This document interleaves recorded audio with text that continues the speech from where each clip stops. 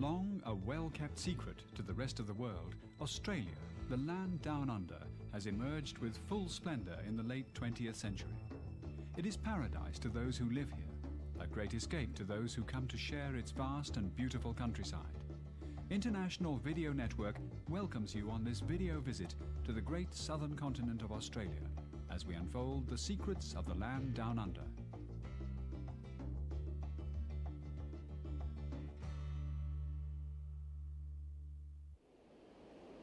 Australia is a land of contrasts, from the blue-green Indian and Pacific Oceans surrounding the world's largest island to the hell-hot centre, the outback, the dry land. The land down under, an expression coined by Aussies who refer to their seasons running opposite or upside down to those of the northern hemisphere, has the distinction of being the world's oldest, driest and flattest of continents. Although physically isolated from other parts of the world, it is a land of great mineral wealth and a vigorous, generous and friendly population of 16 million. While the land mass compares approximately with that of the continental United States, it has less than 1/10 of the population. Located in the southern hemisphere, divided by the Tropic of Capricorn and surrounded by more than 12,000 miles of shoreline, Australia was the last of the developed continents to be discovered and explored. Dutch sailor Willem Jansz made the first confirmed sighting in 1606, but it was 164 years later when Captain James Cook took possession of the eastern part of Australia for His British Majesty. Cook had sailed from England in 1768 aboard the Endeavour. He sighted the southeastern corner of Australia at Point Hicks on April the 20th, 1770. 9 days later, his ship landed in a large bay in South Sydney. The explorers named it Botany Bay because of the plant life found there by the ship's botanist, Joseph Banks. Cook's ship continued north to the tip of the continent. It was here that Cook raised the British flag and took possession of eastern Australia for Britain. Cook named the eastern coast New South Wales. Despite Cook's claim, England chose to ignore Australia until 1776. At that time, England was experiencing a great deal of poverty, which led to an unusual amount of common thievery. Small crimes were severely punished, and the prison soon became overcrowded with inmates. Prison space was desperately needed. The British Parliament finally accepted the idea of sending the prisoners to Australia, where their punishment would be unpaid labour, their task to build roads and housing for the new Australian colony. The first boatload of criminals arrived in Sydney Harbour on January the 26th, 1788. Australians are proud of their unique heritage. In many ways, they liken their forefathers to the revolutionary separatists who built America. The past has given the people of Australia an attitude of perseverance, and like their forefathers, the people place a strong value on their freedom. 200 years later, the Commonwealth of Australia, long independent from England, is comprised of a federation of 6 states and 1 territory, including New South Wales, Tasmania, Victoria, South Australia, Western Australia, Queensland, and the Northern Territory. The oldest of the 6 states is New South Wales, which ranks 4th in size but 1st in population density. Most of the population of New South Wales resides in Sydney. Sydney is a thriving metropolis of close to 4 million people. It's certainly the best-known city in Australia by international standards. From the famed Sydney Opera House to the Harbour Bridge, from Centre Point to the historic Rocks District, Sydney is Australia's Mecca.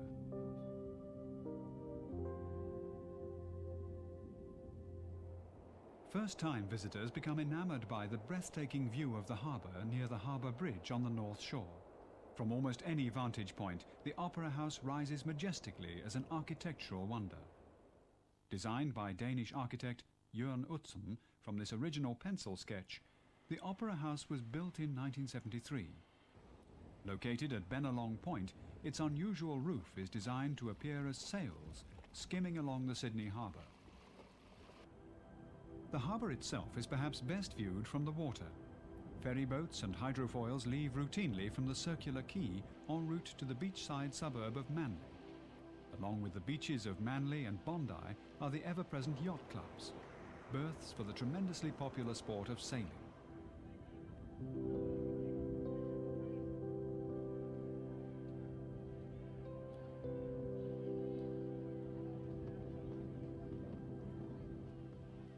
The water is also a major attraction for locals and tourists who stroll the walks near the Opera House. The popular dragon boat races are held here on weekends, and there is a good view of Fort Denison, the one-time island prison. With an average of 340 days of sunshine annually and a climate that will remind many of Southern California, the outdoors is always popular. In addition to the modern skyline and scenic waterways, Sydney is filled with beautiful parks. From the Opera House, it's a short walk to the Royal Botanic Gardens, once the location of one of Australia's first farms. The gardens, which weave a half circle around Farm Cove, are filled with a variety of Australian flowers. At the highest point in the gardens, you'll find Government House, the official residence of the Governor of New South Wales. Adjoining the Royal Botanic Gardens is the Domain. The Domain is an expanse of grassy land dotted with huge trees that extends to the scenic Mrs. Macquarie's Chair. From this outcropping is yet another panoramic view of the Opera House and Bridge. This country is run democratically. Why don't you stand as a member? How can it be a democratic country when there's injustice against us? Then stand as an independent. In the tradition of Speaker's Corner in London's Hyde Park, Sydney's Domain comes alive with soapbox oration on Sunday afternoons. It's an open forum for discussion, and the topics usually generate some controversy. Oh, it's like South Africa. Oh, it is not. You go and live away from It is not How at would you all. be? How would you be locked in a reserve They're and not going out and locked working in. every day There and are coming no back? locks on a reserve. I've seen them. I'm sorry, You've seen the no reserve. locks. You've seen the reserve. There's no locks And at you all. worked in a Lies. non-Aborigine town? How many Aborigines were working in town when you worked on away from the... How far is the reserves out of town? And where do you live? Located on the east side of the Domain is the Art Gallery of New South Wales. The gallery features a strong collection of sculpture, Australian and Aboriginal artwork. A tour of the parks wouldn't be complete without a visit to Hyde Park, which is named after its London counterpart. The park includes the splendid Archibald Fountain. It was designed by French sculptor François Sicard in honour of the French-Australian alliance in World War I.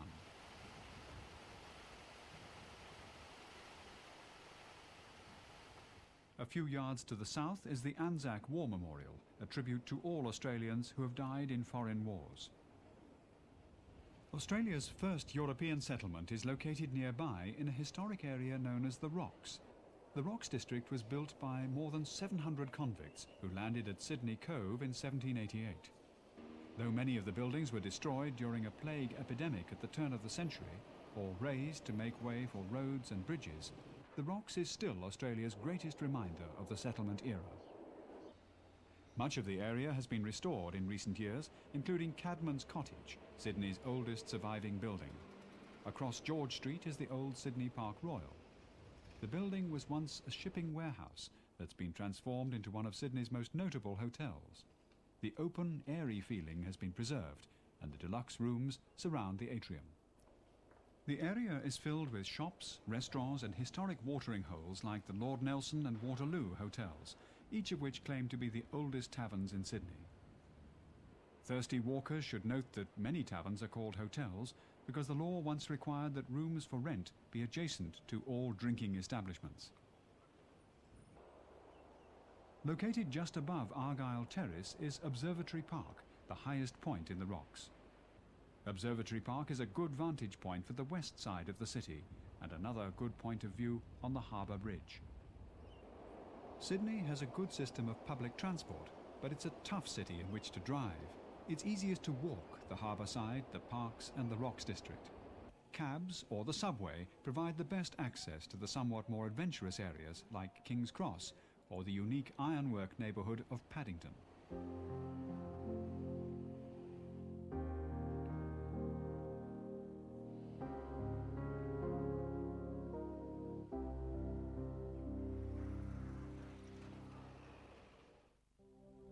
A short drive west from Sydney lies the virgin timber of the Blue Mountains. Some claim the mountains were named from the light blue haze that surrounds the treacherous cliff tops at daybreak. Others suggest that the bluish tint comes from the way sunlight reacts with the vapour given off by the eucalyptus trees. Many would compare the Blue Mountains with the Smoky Mountains of America, but they are unique and beautiful in their own right.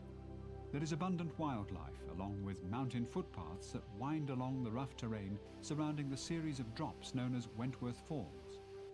It's a walk for the whole family, except perhaps for those who may not relish cliffside heights.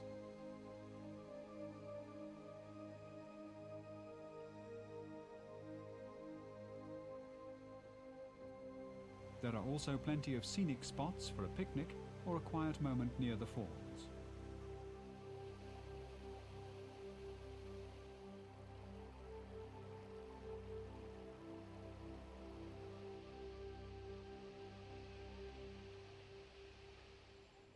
A short drive from Wentworth Falls is the lively resort city of Katoomba, located roughly 62 miles west of Sydney. It's home to the Three Sisters outcropping and the Katoomba Scenic Skyway, both frequently visited by Sydney day trippers. Located about 192 miles southwest of Sydney on the western slopes of the Great Dividing Range is the Australian capital city of Canberra. The city, positioned between Sydney and Melbourne, is the result of a Commonwealth dispute. Upon receiving its independence from England, both Sydney and Melbourne wanted to be the Australian capital. Canberra, which is the Aboriginal word for meeting place, was the compromise. Today, Canberra is a city of 300,000 residents and the seat of a self-governing parliamentary democracy. Notable stops in Canberra include the High Court and the National Gallery, which is home to one of Australia's finest collections of modern sculpture.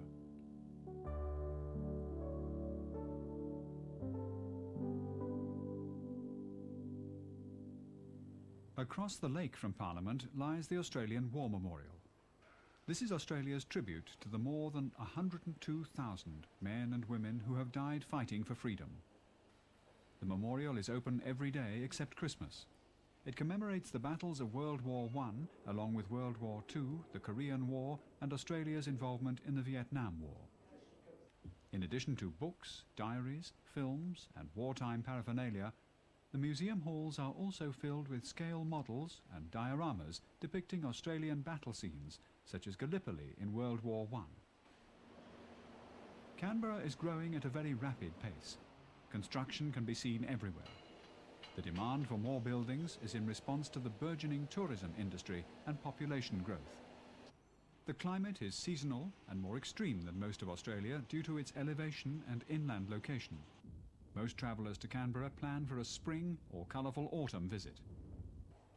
A relatively new capital by world standards, Canberra was designed in the early 20th century. It is a wonder in landscape architecture. American architect Walter Burley Griffin won the right to design Canberra in an international competition. Burley Griffin is credited with moulding the park-like, rural feeling that pervades the city. The lake that bears his name surrounds the city centre.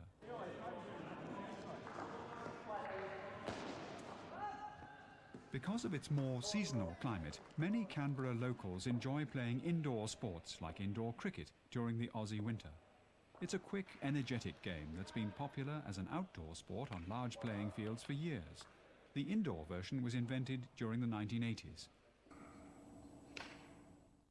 Golf is played with year-round enthusiasm in all of Australia, and Canberra is no exception. Players aren't surprised to find a marsupial twosome along an occasional fairway. This Canberra Country Club is home to more than 100 friendly kangaroos.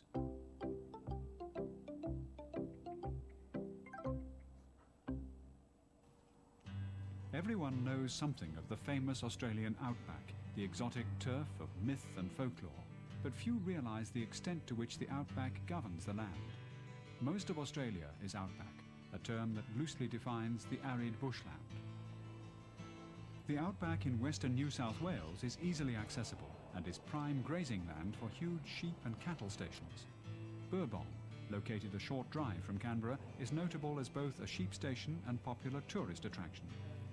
The Aussie owners offer friendly, informative tours for those curious about life on the range, along with a little sheep shearing. The first thing to take off is the belly wool, that's there. Through those hind legs, clean that hind leg. The top knot. Stretch his neck out over my left leg, come up his neck, clean him around there to the front shoulder. From there, I'll turn him around, come up along his back, and finish down on that hind leg.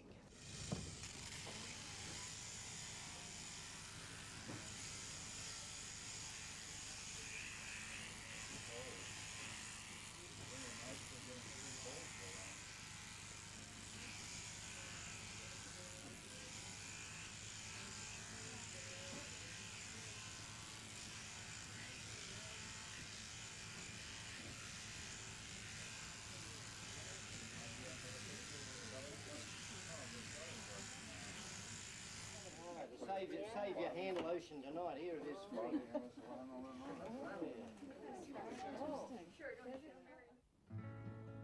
To the south of Canberra, in the direction of the Snowy Mountains, the countryside is dry and hilly. Rainfall is scarce, a fact easily noted while passing dry waterways like the Billingra Creek and the Numaralla River. The land is remarkably similar to the Cimarron terrain of western Colorado. About 90 minutes from Canberra by car is the city of Cooma, gateway to Australia's Snowy Mountains. The elevation increases quickly en route to the mountain village of Thredbo in the Kosciuszko National Park. The Snowies, part of the chain known as the Australian Alps, are the country's highest mountain range, with elevations as high as 7,000 feet. In the Aussie summer, Thredbo is a peaceful resort and convention area, with a reputation for trout fishing and chairlift rides to scenic elevations. In winter, from roughly May to September, Thredbo is haven to cross-country and downhill skiers. The Snowy Mountains are the only part of mainland Australia to receive regular snowfall. It is from the Snowy Mountains that much of New South Wales gets its clean, fresh water. Fresh water is a big problem in a country that rarely sees rainfall. More than 16 dams dot the Murray River system with holding areas like this reservoir at Jindabyne, southwest of Cooma. Even with the mountain runoff, water shortages often plague parts of Australia. Southwest of the Snowy Mountains on Port Phillip Bay lies Melbourne, Australia's most cosmopolitan urban area and the capital of the state of Victoria. Lieutenant Hicks, a crew member of Captain Cook's maiden voyage in the Endeavour, was credited with first sighting the state of Victoria in 1770. Melbourne, a bustling community of about 3 million people, is Australia's second largest city. It's filled with friendly, hard-working people. The attitude here seems different from that in Sydney. There is a more laid-back feeling towards visitors, a sort of take us as we are attitude that makes people feel at home. The many sights in Melbourne include the meandering Yarra River and the splendid Victorian Arts Centre. The Arts Centre is a striking building, both day and night, because of its tower lighting scheme. The Arts Centre is home to the theatres and the Melbourne Concert Hall. Situated next to the Arts Centre is the National Gallery of Victoria. In addition to its fine arts and sculpture displays, the Great Hall features concerts and occasional rehearsals from groups like the talented La Gruta String Quartet.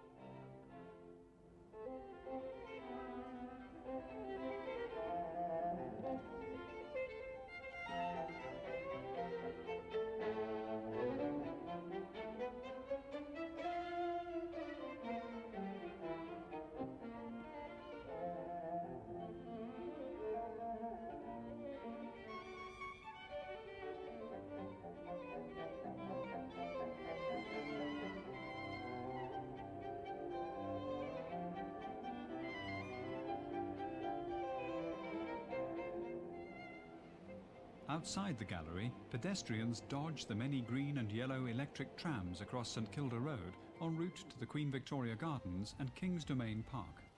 Both are filled with gardens, statues, and there's an unusual floral clock. Situated at the south end of King's Domain is another of Australia's picturesque war memorials called the Shrine of Remembrance. Shopping and spectator sports are both very important to the people who live here. The shopping district, perhaps Australia's finest, is centred around the Burke Street pedestrian mall. Though the centre is cut for the occasional tram, both sides are lined with shops and large department stores like Myers, the oldest and largest in Australia. $10 the bowls, who wants them? Set of 5, they're stainless steel, ageless, timeless, shining and gleaming. Are we all done on those? Once, twice, 3 times? Speak pick up now, forever hold your sausage rolls. The Queen Victoria Market is an open-air flea market that fills with shoppers on weekends. Merchants offer a little bit of everything, but it takes a careful search for real bargains. The main attraction is the people. Lots and lots of people.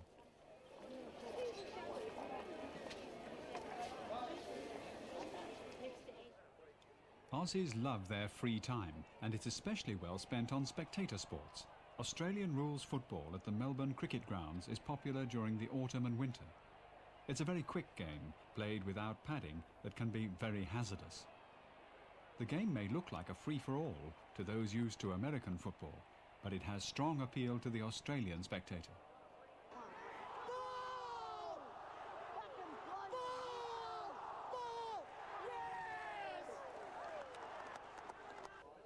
Like all good stadium crowds, football fans here believe the game goes a little better for the viewer with a few Aussie beers and a 4x20 meat pie. The crowd may look a little more highbrow at the Moonee Valley racetrack until you find the gamblers.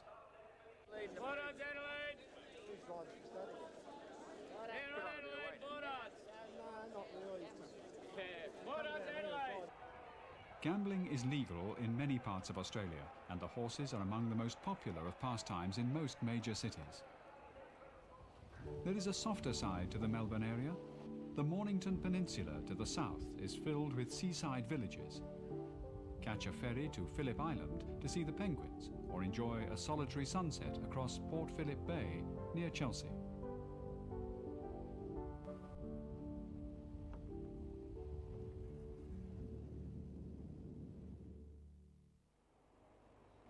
Beyond the deserts of South Australia, on the shores of the Indian Ocean, lies what might be called the pearl of the Australian continent, the picturesque city of Perth.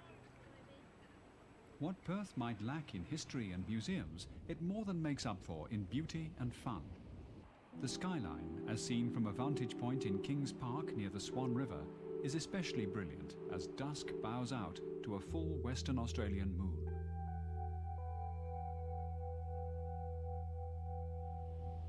The city of approximately 1 million sun worshippers is the capital of the booming state of Western Australia. Western Australia is Australia's largest state, best described as about 3.5 times the size of Texas.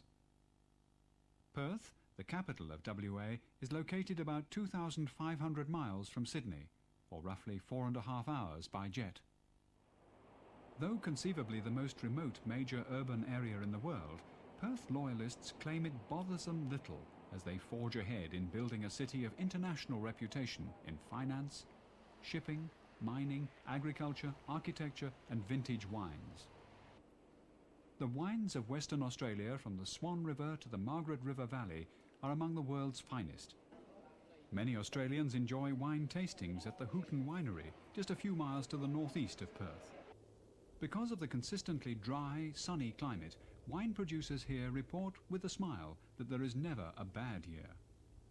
Increased distribution and public enlightenment brought Australian wines into the forefront during the 80s, a trend that should continue for years to come as the Cabernets grow mature and the delicious white Burgundies find the welcome taster. Nestled in the city centre of Perth is Kings Park. In addition to offering the area's best skyline vantage point, Kings Park features tree-lined scenic drives and jogging and bike paths. But the park is most notable for its several hundred acres of virgin bushland and flower gardens. The fountain tribute to the pioneer women of Western Australia is also a favourite stop in Kings Park. Just down the hill from Kings Park, the Swan River opens up to a wide stretch where board sailors carve their mark in the waves.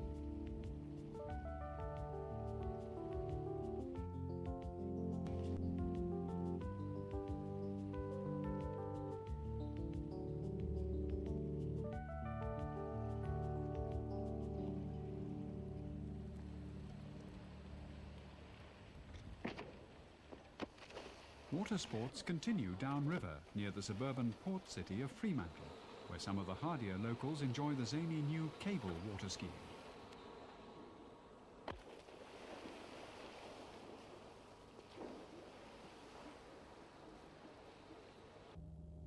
But Fremantle is best known as host to the 1987 America's Cup race. Fremantle is Western Australia's largest seaport and is noteworthy for its renovated 19th century buildings like the Fremantle Arts Centre, the Esplanade, the Roundhouse, and the Fremantle Hotel. A drive north along the West Coast Highway towards Perth covers some of Western Australia's finest beaches, a haven for water sports, sand groping, sightseeing and surf fishing. The metropolitan area, from Perth to Fremantle, is blessed with 19 shimmering white sand beaches. The vast beaches are certainly enough to attract visitors from all parts of the world, but Western Australia offers much more. Even today, the lure of gold invites hopeful prospectors to Kalgoorlie, land of the fabled Golden Mile. A tribute stands for prospector Paddy Hannon and fellow Irishman Tom Flanagan. It was Hannon and Flanagan who first discovered gold here in 1893. At the time, Kalgoorlie was little more than a desert. 9 years later, Kalgoorlie sported 93 hotels, 8 breweries, and a total population of more than 30,000 residents. Gold fever travelled fast. Despite some tough years and many a hapless miner, Kalgoorlie has sustained the gold mining industry since the original find. In fact, American President Herbert Hoover spent 7 years working in Kalgoorlie during his early career as a mining engineer. His house, nicknamed the White House, still remains. Today, Kalgoorlie, located 371 miles east of Perth, is a thriving desert town with a new lease of life. Though most of the land is owned by large companies, visitors can still rent a metal detector and do some prospecting of their own. The Golden Mile, which to date has produced more than 40 million ounces of gold, is said to contain much more. Many new claims have sprung up in the past few years, and the Golden Mile now produces about a ton of gold per week. The annual rainfall here is only about 9 inches. Lack of water has always been the area's biggest problem, but one easily solved with Australian ingenuity. Since 1903, water has been pumped in from the Darling Range near Perth on a pipeline that spans 350 miles. It's called the Goldfields Water Scheme and was devised by genius engineer C.Y. O'Connor. Before the boom in Kalgoorlie, Coolgardie, about 24 miles to the west, was the original bonanza. However, the lure of gold dried up fast in Coolgardie. It wasn't until 1984, nearly 100 years after the original rush, that Coolgardie had another major strike. Today, Coolgardie is one of Western Australia's most unique attractions. The village, which once had a population ranked second only to Perth, has restored some of the boom era's nicest buildings. The streets are exceptionally wide because camels were once the principal mode of transport in Coolgardie. Since camels can't reverse, the riders needed a large turning radius. The ghostly feel of a deserted area is still pervasive in Coolgardie. Along with the facades of dilapidated structures, the land nearby is dotted with abandoned gold mining shafts.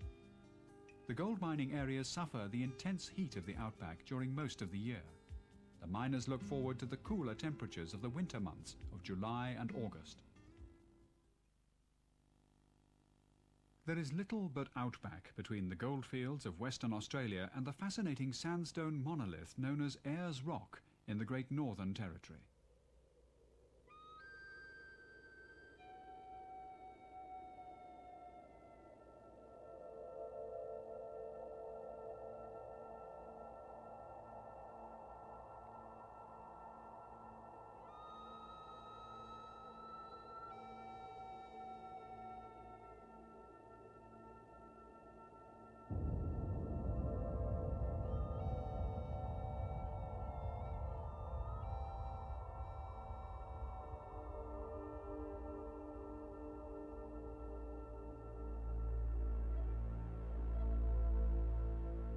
The native inhabitants of the land around Ayers Rock are Aboriginal.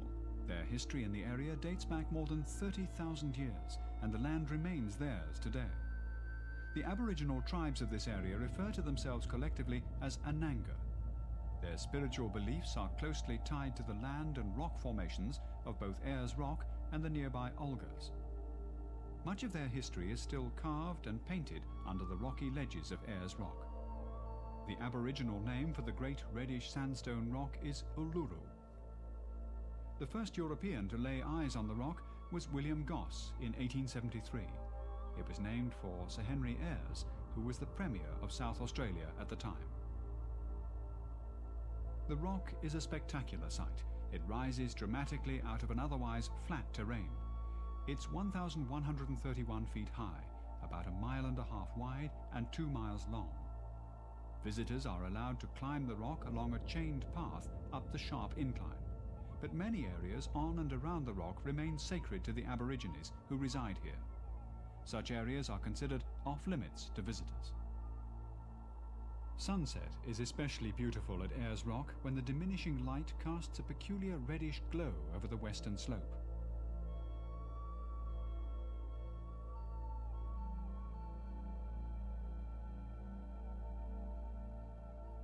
Day's End is also a stunning opportunity to capture a silhouette of the Olgas, another rare outcropping of monoliths to the west.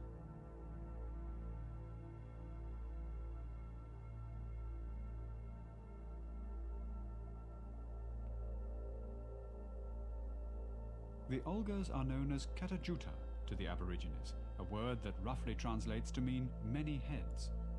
They are less well known than Ayers Rock, but equally spectacular. The Olgas are located approximately 20 miles to the west and connected with Ayers Rock by a dirt road. The Olgas are a chain of 36 rock domes, with Mount Olga reaching a height of about 1,800 feet.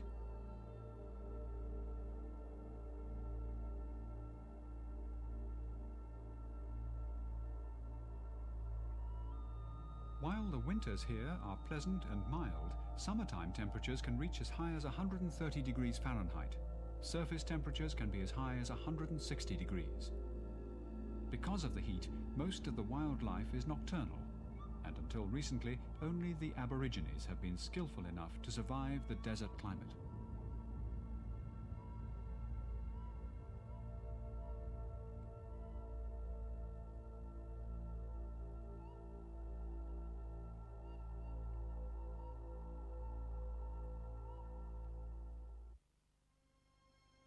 No visit to Australia would be complete without a stop in the popular seaside areas near the Great Barrier Reef in the Sunshine State of Queensland.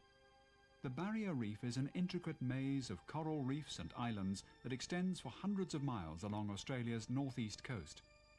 It is an area rich in both scenic and aquatic wonder.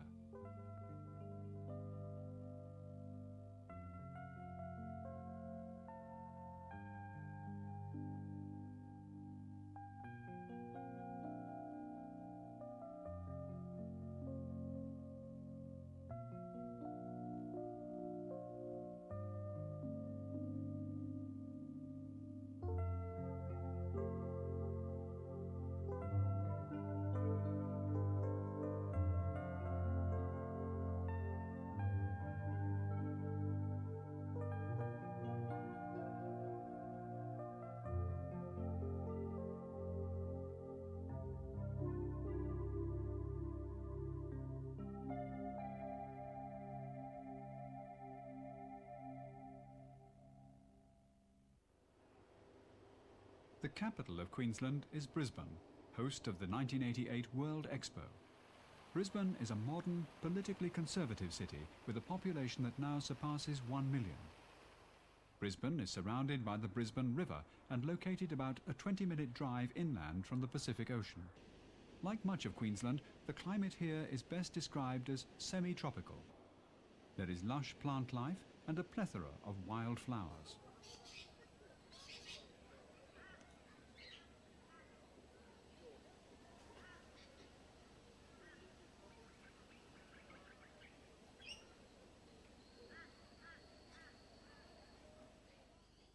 One of the most popular attractions in Brisbane is the Lone Pine Koala Sanctuary.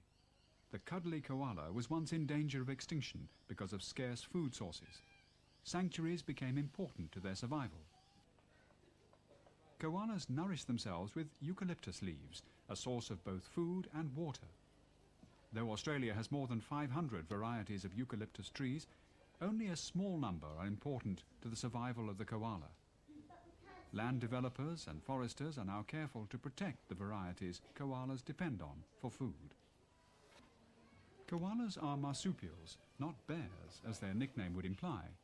Like kangaroos, koalas carry their young in a pouch for up to 6 months before it is weaned to a life of its own. Koalas lead a nomadic life, going from tree to tree for food. They have exceptionally strong paws and only rarely descend from trees, and then it's usually to go from one tree to another. Lone Pine was Australia's first sanctuary, built in 1927. Today, Lone Pine attracts visitors from around the world to enjoy a close-up view of the koalas, kangaroos, wallabies, and the offbeat emus. The colourful birds of Australia, including lorikeets, parrots and lovebirds, are also fascinating. Most can be seen while hiking in the wilds or enjoyed at sanctuaries like Olsen's Bird Sanctuary, south of Brisbane. Brisbane is the gateway city of Queensland. It's located between two of the country's most popular coastal communities. A drive north to the Sunshine Coast takes about an hour, with some terrific stops along the way. This is a heavily wooded part of Australia. The countryside is dotted with a number of unique monoliths known as the Glasshouse Mountains. A drive down the old Glasshouse Mountains tourist drive covers a land rich in scenic value and lush greenery. It's an excellent area for hiking and picnics. The Glasshouse Mountains are rich in agriculture, and there are a number of pineapple farms nestling in the valleys. It's also good growing land for some of Australia's more bizarre fruits, like the passion fruit. Passion fruit is named for its rich colour and character. They're usually served at breakfast or made into soft drinks. It's the seeds of the passion fruit that are edible. A few miles to the east of the Glasshouse Mountains are the beaches of the Sunshine Coast. Places like Caloundra, Malulaba, Markula and Maroochydore. The Sunshine Coast has a reputation for being less developed and quieter than the Gold Coast. Windsurfing is tremendously popular, as is sailing. It's a great place for sunning, swimming and sightseeing. The most famous beach community in all of Australia is the Gold Coast. It's located about an hour's drive southeast from the capital city of Brisbane and features 32 miles of endless sand beaches. The Gold Coast is the #1 travel destination for native Australians. Some might describe the Gold Coast as a little bit of Fort Lauderdale, Miami, Daytona Beach and Hawaii, all wrapped up into one. Queensland probably doesn't mind the comparison, since the Gold Coast is dotted with small communities with names like Palm Beach and Miami. And surfing is so popular along the Gold Coast that the largest community here is named Surfers Paradise. The Gold Coast also sports some of Australia's finest nightlife. The area is rich in high-rise hotels with fancy clubs and restaurants. In the Jupiter's Casino, one of 2 world-class casinos in Queensland, most forms of gambling are legal. The nightlife here includes blackjack, roulette, keno and the Australian game of 2-up.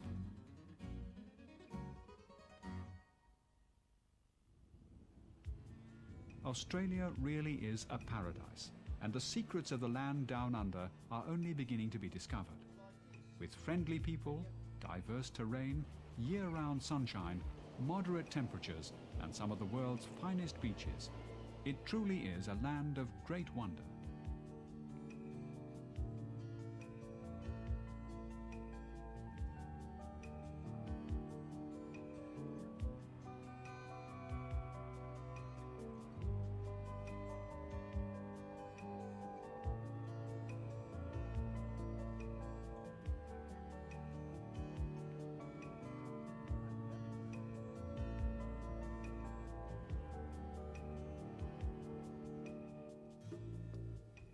From Coolgardie to Jindabyne, from the Swan River to the Olgas, from the Glasshouse Mountains to Bourbon, from Chelsea to Katoomba.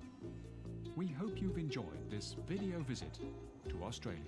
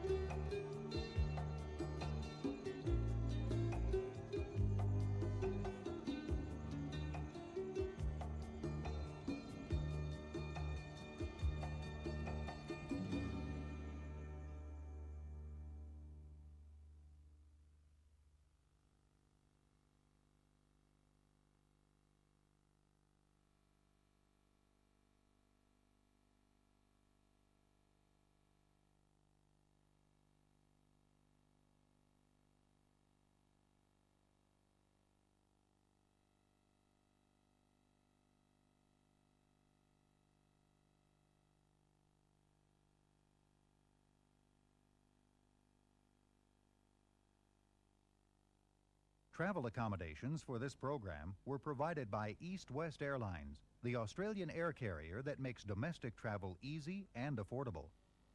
The Southern Pacific Hotel Corporation, whose unique two-tier hotel system offers deluxe and first-class hotels throughout the Southern Pacific with the Down Under Hotel Pass. And Continental Airlines, with round-trip flights daily between the United States and Australia.